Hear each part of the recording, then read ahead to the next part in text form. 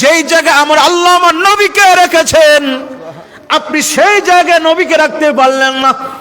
আমার আল্লাহর পরে নবীর শান, কথা বলেন ঠিক কিনা? আমার আল্লাহর পরে মোস্তফার শান, কোন নবী মোস্তফা হইতে পারে না। আমার আল্লাহর পরে আমার নবী রাহমাতুল লিল আলামিন, কোন নবী রাহমাতুল লিল আলামিন হতে পারে না। আমার আল্লাহর পরে আমার নবী হলেন কি হলেন? হাবিবুল্লাহ, কোন নবী হাবিবুল্লাহ হতে পারে না, ঠিক কিনা বলুন? এই কথাগুলো ঠিক রাখুন। তারপরে ইব্রাহিম নবী খলিলুল্লাহ, আমার নবীও খলিলুল্লাহ। তারপরে অন্য নবীরা রাসূল হতে পারে, আবার নবীও রাসূল। তারপরে অন্য নবীরা নবী, আমার নবীও নবী। এই কথাগুলো চিন্তা করে কাজ করবেন। হাসরের জমিনে একটা মাত্র লেওয়াইল হামদ, হামদ পতাকা থাকবে। ওই পতাকা, ওই ঝান্ডা শুধু আমার নবী ধরবেন। সবার আগে যিনি সুপারিশ করবেন, শাফাত করবেন, তিনি হলেন আমার নবী। সবার আগে আমার আল্লাহ যার কথাগুলো শুনে আমার আল্লাহ কাহারিয়াতের সুরত থেকে নরম রহিমি সুরতে আসবেন, তিনি হলেন আপনার আমার দয়াল নবীজি। আল্লাহু আকবার।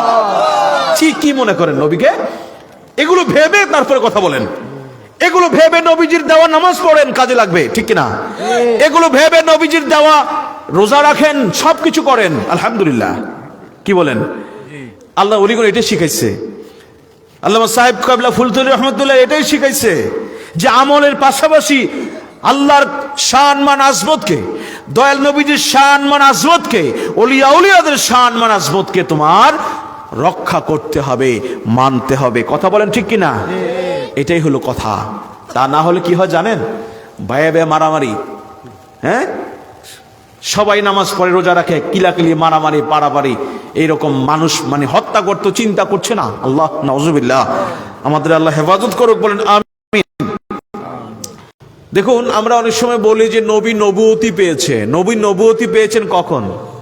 যখন আদম আলাইহিস সালাম ছিল না তখন। সুবহানাল্লাহ বলেন। কুনতু নবী ওয়া আদমু বাইনা রূহি ওয়াল জাসাদ। নবীজি বলেন আমি তখনও নবী ছিলাম। আদম আলাইহিস সালাম যখনও তার রূহ আলাদা, শরীর মুবারক আলাদা। I was a prophet when Adam was a mixture water and mud. তখনও আমি নবী। সুবহানাল্লাহ বলেন। তার মানে হলো প্রচার এবং প্রসার এটা দুনিয়াতে পরে হয়েছে। কথা বুঝতে পেরেছেন? দায়িত্ব একটা বিষয় আছে না? আপনি যখন চাকরি নেবেন, আপনার কাছে অ্যাপয়েন্টমেন্ট লেটার চলে এসেছে, কিন্তু জয়েন দিবেন কিন্তু অনেকদিন পরে, এক সপ্তাহ বা আরো কিছুদিন পরে। এটা বুঝতে হবে। এইটা না বুঝলে হয় কি জানেন? অনেকে মনে করে আমার নবীজি 40 বছরের নবী হয়েছে, সুতরাং নবী হওয়ার আগের কোনো ঘটনা আমাদের অনুসরণ করার দরকার নাই। নাউজুবিল্লাহ। আরে বলে কি? নবীজি 25 বছর বয়সে শান্তির সঙ্গ হিলফুল ফুজুল করেছেন, মানুষকে শান্তির দাওয়াত দিয়েছেন। এটা অনুকরণীয় না? নবীজি শৈশবে নবজাত সন্তান হিসেবে মা হালিমার ঘরে যখন গেলেন, উনি মা হালিমার বাম স্তনে মুখ লাগায় না, ডান স্তনে মুখ লাগায়। সুবহানাল্লাহ। বাম স্তন রেখে দিলেন কেন? কারণ মা হালিমার আরেকজন দুগ্ধজাত সন্তান ছিলেন, নাম তার আব্দুল্লাহ। দুগ্ধ ভাইয়ের জন্যে রেখে দিলেন। তিনি ইনসাফ করলেন যে শুধু আমি একাই মায়ের দুধ পান করব, সেটা হয় না। মাত্র নবী কদিনের দুনিয়াতে আগমন, মাত্র কয়দিন হলো, আর সেই নবী ইনসাফ প্রতিষ্ঠা করে দিয়েছেন। বলুন তো, ইনসাফ প্রতিষ্ঠা করা, ইনসাফ পালন করা, এটা কি অনুসরণীয় না? কি বলে এগুলো? নবীজিকে চিনতে হবে বাবা। উল্টা পাল্টা কথা বলে, এই আবেগী কথা বলেন না, বুঝেন যেখানে নবীজি আগে আসবেন। কোরআন দেখেন কি বলেছে। হযরতে ইব্রাহিম আলাইহিস সালাম নবীজির আরো প্রায় 2000 আরো বেশি আগে, মক্কা তো একেবারে কোনো এলাকায় ছিল না, শুধু চিহ্ন ছিল যে এখানে একটা ঘর ছিল। ইন্না আউওয়ালা বাইতি উদিয়া লিন নাস লাল্লাযী বিবাক্কাতা মুবারাকাহু হুদাল লিল আলামিন। পৃথিবীর প্রথম ঘর হলো এই যে মক্কা, পৃথিবীর প্রথম ঘর। তো এই প্রথম ঘর তো ছিল আদম আলাইহিস সালাম আসার আগেও ছিল। যখন আদম আলাইহিস সালাম আসলেন তখন আদম আলাইহিস সালামের ইবাদতখানা হলো। তার আগে ফেরেশতারা ইবাদত করতেন। এটা এমন একটা জায়গায় আল্লাহ স্থাপন করেছেন, একেবারে পৃথিবীর মধ্যবর্তী জায়গায়, যার বরাবরে প্রত্যেক আসমানে আল্লাহর ইবাদতখানা আছে। যেমন প্রথম আসমানে বাইতুল ইজ্জত, সপ্তম আসমানে বাইতুল মামুর। জোরে কর সুবহানাল্লাহ। প্রত্যেক আসমানে ইবাদতখানা আছে এই ঘরের বরাবর।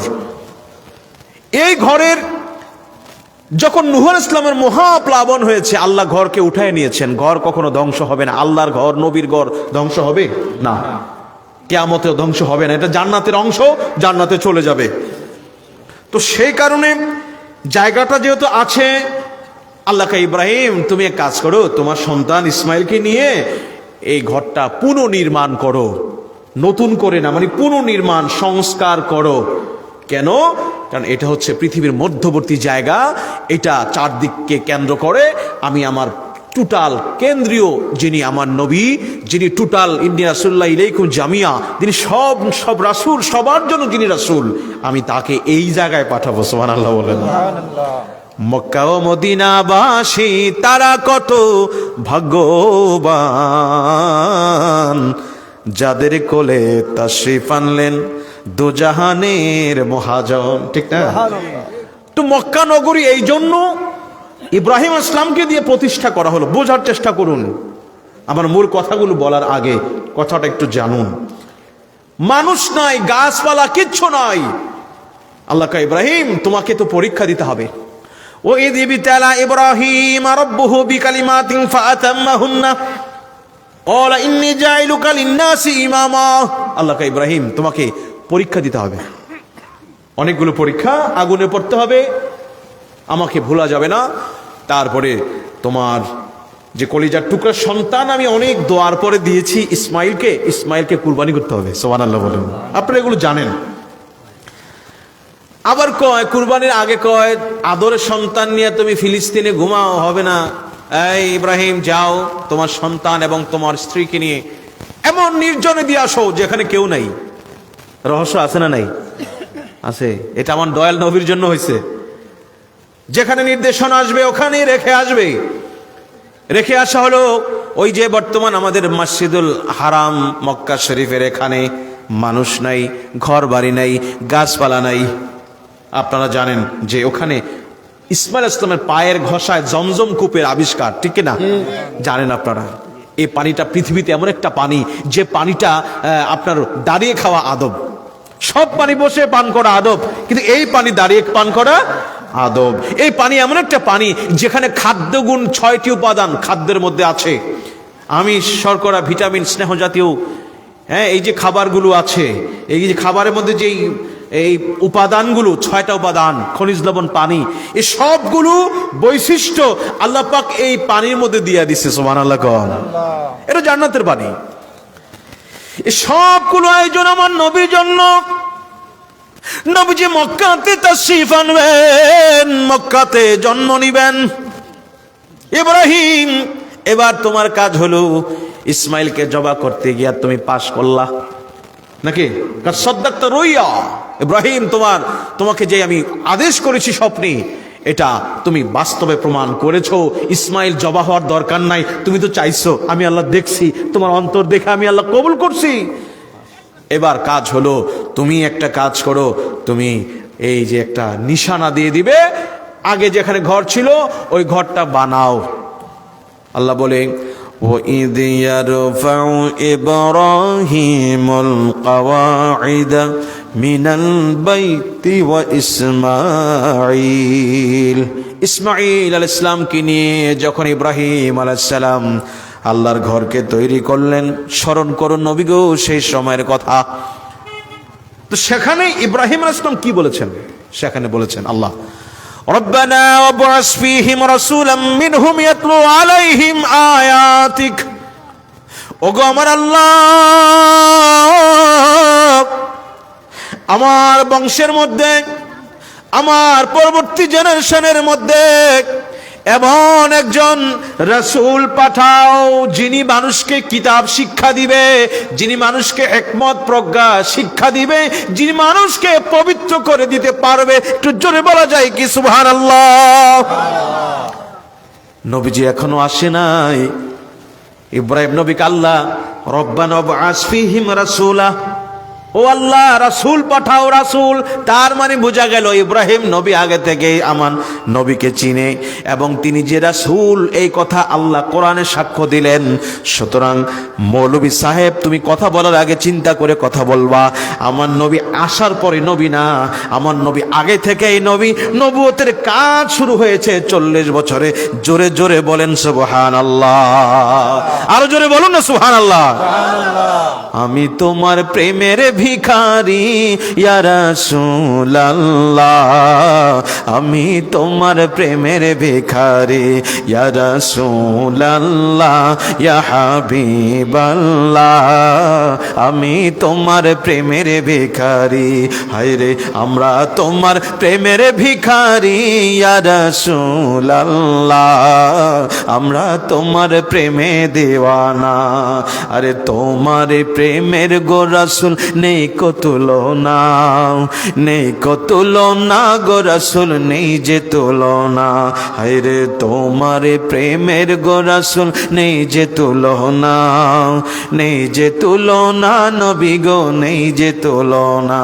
হায়রে তোমার প্রেমে জিন্দা হইল উস্তুনে হান্নানা ইয়া রাসূলুল্লাহ, আমরা তোমার প্রেমে দেওয়ানা।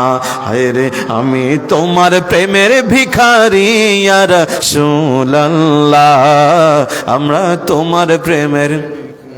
সম্মানিত সুধী ও আশিকে অলিগণ, আশিকে নবীগণ, শুনুন আমার নবী আগে থেকেই নবী, ঠিক কিনা?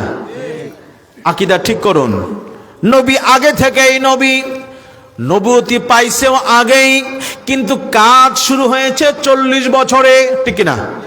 ও মুসলমান, ঈসা আলাইহিস সালাম পৃথিবীতে জন্ম নেওয়ার পরে বলছেন ইন্নী আব্দুল্লাহ, আমি আল্লাহর বান্দা, ওয়াজআলানি নাবিয়্যা, আমারে আল্লাহ নবী বানাইছে।